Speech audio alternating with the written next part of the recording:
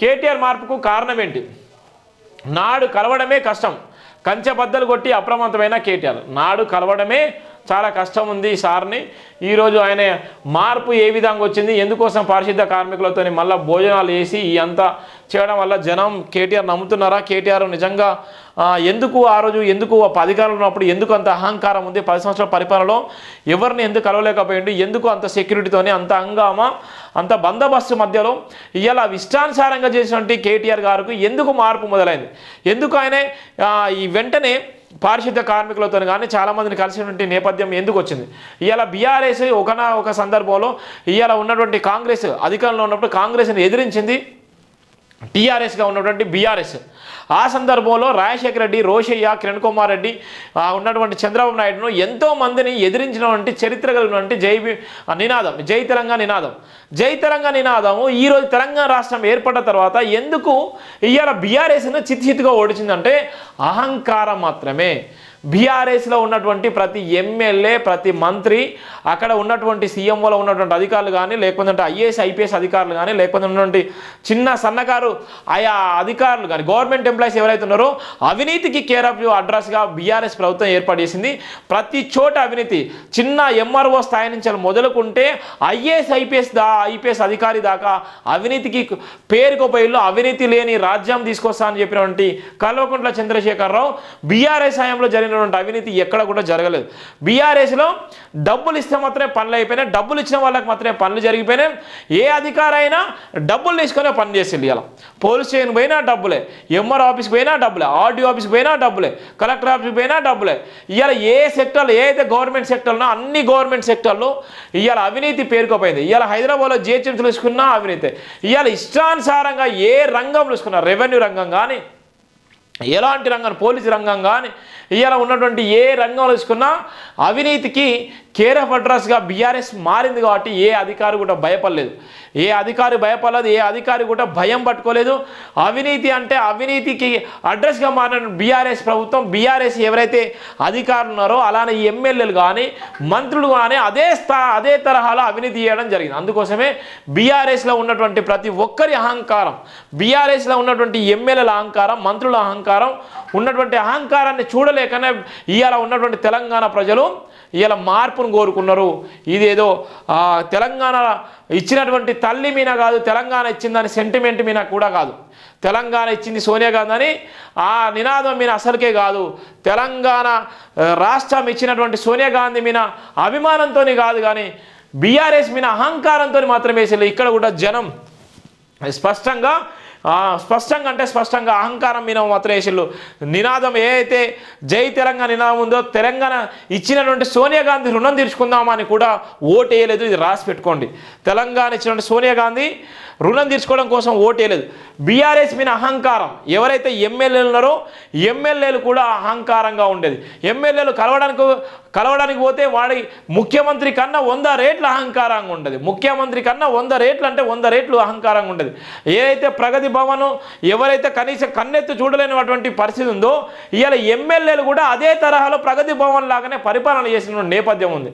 ఇవాళ ఉన్నటువంటి ఎమ్మెల్యేలు ఓడిపోవడానికి ప్రధాన కారణం ఇవాళ సొంత కార్యకర్తలు కానీ, సొంత నియోజకవర్గంలో ఉన్నటువంటి బాధలు చెప్పుకోవడానికి కానీ, లేకపోతే వాళ్ళకు ఉన్నటువంటి సమస్యలు చెప్పుకోవడానికి కానీ వస్తే కనీసం ఎమ్మెల్యేలు కనీసం కలవని కూడా కలవలేదు. గంటల తరబడి వెయిట్ చేసినప్పటికీ, గంటల తరబడి ఎమ్మెల్యే క్యాంప్ చుట్టూ తిరిగినప్పటికీ కూడా అక్కడ ఉన్నటువంటి ఎమ్మెల్యే దగ్గర పనిచేసినటువంటి పిఏలు కానీ, పిఆర్ఓలు కానీ, ఉన్నటువంటి కార్యకర్తలు కానీ, ఉన్నటువంటి నాయకులు కానీ ఎన్నో రకాలుగా ఇబ్బందులు పెట్టినటువంటి నేపథ్యం ఉంది. అందుకోసమే బీఆర్ఎస్ను అహంకారంతో మాత్రం ఓడించాలి తప్ప సెంటిమెంట్తోని కాంగ్రెస్ గెలవలేదు.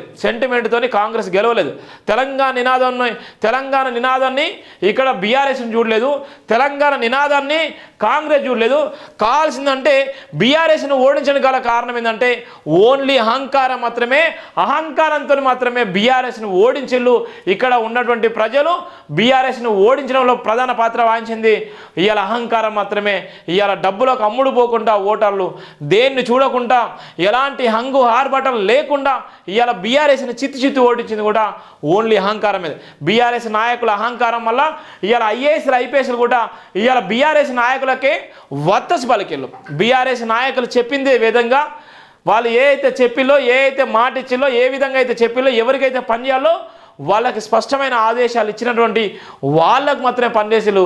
జెన్యూగా ఉన్నటువంటి వ్యక్తులకు కూడా న్యాయం జరగలేదు బీఆర్ఎస్ ప్రభుత్వంలో. అందుకోసమే బీఆర్ఎస్ మీద వ్యతిరేకతోనే, బీఆర్ఎస్ మీద అహంకారంతోనే, బీఆర్ఎస్ చేసినటువంటి అహంకార మాటలతోనే, బీఆర్ఎస్ చేసినటువంటి లుచ్చ మాటలతోనే, బీఆర్ఎస్ చేసినటువంటి అవినీతి వల్ల, బీఆర్ఎస్ చేసినటువంటి అహంకారం వల్ల మాత్రమే బీఆర్ఎస్ను చిత్తుచిత్తుగా ఓడించేళ్ళు కాంగ్రెస్ను గెలిపించిన వాళ్ళు ప్రధాన పాత్ర వహించినటువంటి తెలంగాణ ప్రజలు. ఇవాళ ఐఏఎస్లు ఐపీఎస్లు చేసినటువంటి అవినీతులు ఎన్నో ఉన్నాయి. అలానే ఇవాళ ఉన్నటువంటి ఎమ్మెల్యేలు చేసిన అవినీతులు ఎన్నో ఉన్నాయి. ఇవాళ ఎమ్మెల్యేలు కానీ మంత్రులు కానీ ఇష్టానుసారంగా ప్రభుత్వ భూములను ఇష్టానుసారంగా లాక్కొని ఇలా ధరణి పేరుతోని పట్టాలు చేసుకున్నటువంటి నేపథ్యం ఉంది. ఇలా ఎవరైతే బీఆర్ఎస్లో ఉన్నటువంటి నాయకులు ఉన్నారో 111 జీవోలు కానీ 58, 59 జీవోలు కానీ ఇవాళ ఇష్టానుసారంగా తీసుకొచ్చి ఇవాళ ఎక్కడికక్కడ కబ్జాలు చేసుకొని ఇలా భూములో తీసుకున్నటువంటి నేపథ్యం ఉంది. ఇలా ఎవరైతే పేదవాళ్ళు ఉన్నారో, పేదవాళ్ళు ఇలా సాగు చేసుకొని బతికేటువంటి నేపథ్యంలో గ్రామంలో ఏదైతే గ్రామ వనం అని ఇలా గ్రామజ్యోతి అని గ్రామజ్యోతిని తీసుకొచ్చి ఆ భూములు కూడా లాక్కున్నటువంటి సందర్భం ఉంది. అంటే ఏది చూసినా పేదోడికి మాత్రం నష్టం జరిగింది బీఆర్ఎస్లో. అందుకోసమే పేదోడు తిరగబడ్డాడు, పేదోడు తిరగబడి ఈ సమాజంలో ఉన్నటువంటి గుర్తింపు తెచ్చుకున్నాడు. పేదోడు ఈ సమాజంలో ఓటుని ఏ విధంగా వాడుకోవాలో డబ్బుల అమ్ముడు పోకుండా ఎవరికి ఓటేయాలో వారికి ఓటేసి అందుకోసమే అధికారం వచ్చింది. ఇది బీఆర్ఎస్ మీద కోపంతో మాత్రమే, బీఆర్ఎస్ చేసినటువంటి అహంకారం మీద మాత్రమే, బీఆర్ఎస్ చేసినటువంటి అవినీతి మీద మాత్రమే ఇలా ఓటేసి తప్ప ఇలా సోనియా గాంధీనో లేకపోతే రేవంత్ రెడ్డినో లేకపోతే రాహుల్ గాంధీనో ఇంకెవరినో కూడా చూడలేదు. బీఆర్ఎస్ను అహంకారం వల్ల ఇవాళ తెలంగాణలో మార్పును కోరుకున్నారు. ఆ మార్పు ఏంటంటే ఆ హస్తం వచ్చిందంటే ఇందిరమ్మ రాజ్యం వస్తుంది. ఆ రోజు ఇందిరమ్మ ఏ విధంగా అయితే, ఇందిరమ్మ కళలు ఏ విధంగా అయితే సాకారం చేసుకుందో, ఇందిరమ్మ ఇండ్లు అయితే ఏ విధంగా ఉన్నాయో, ఇందిరమ్మ పరిపాలన ఏ గతంలో ఉన్నటువంటి ఎవరైతే ఇంట్లో ఇప్పుడు కూడా ఇందిరమ్మ రాజ్యాన్ని కోరుకున్నారో ఆ ఇందిరమ్మ వారసులే ఈరోజు ఓటేసిళ్ళు. ఆ అన్ని దళిత ఓట్ బ్యాంక్ మాత్రమే.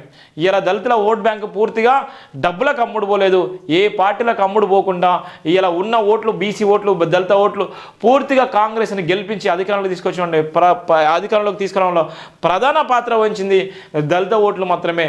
ఇలా కాంగ్రెస్ అధికారంలోకి వచ్చిందంటే పూర్తిగా ఓటు వేసి గెలిపించింది కూడా దళిత ఓట్లు మాత్రమే, బహుజన ఓట్లు మాత్రమే ఇక్కడ ఉన్న నేపథ్యం. అందుకోసమే ఇలా ఏదైతే మార్పు ఉందో, ఇలా కేటీఆర్ ఇలా మార్పును కోరుకున్న నేపథ్యంలో ఎందుకు ఈ విధంగా చేశారంటే అధికారంలో ఉన్నప్పుడు ఇలా కొమ్ములు నెత్తికెత్తాయి. ఎవరైనా నిజంగా అధికారంలో ఉంటే కొమ్ములు నెత్తికెత్తాయి.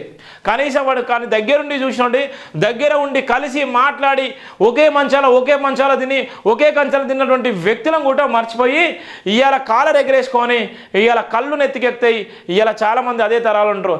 అందుకోసమే ఏ స్థాయిలో ఉన్నా, ఏ విధంగా ఉన్నా, ఎప్పుడు ఏ విధంగా మాట్లాడకపోయినా ఒకే విధంగా ఉండేటువంటి ప్రయత్నం చేయాలి తప్ప అధికారం ఉందని అణచివేస్తే, అధికారం లేకపోయిందని నటన చేస్తే జనం నమ్మరు.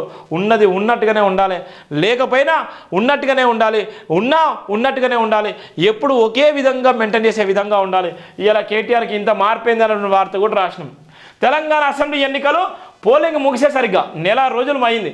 నవంబర్ 30న పోలింగ్ జరిగింది. డిసెంబర్ 3న ఎన్నికల ఫలితాలు వచ్చాయి. అప్పటి వరకు అధికారంలో ఉన్న బీఆర్ఎస్ను ప్రజలు గద్దెదించారు, కాంగ్రెస్కు పట్టం కట్టారు.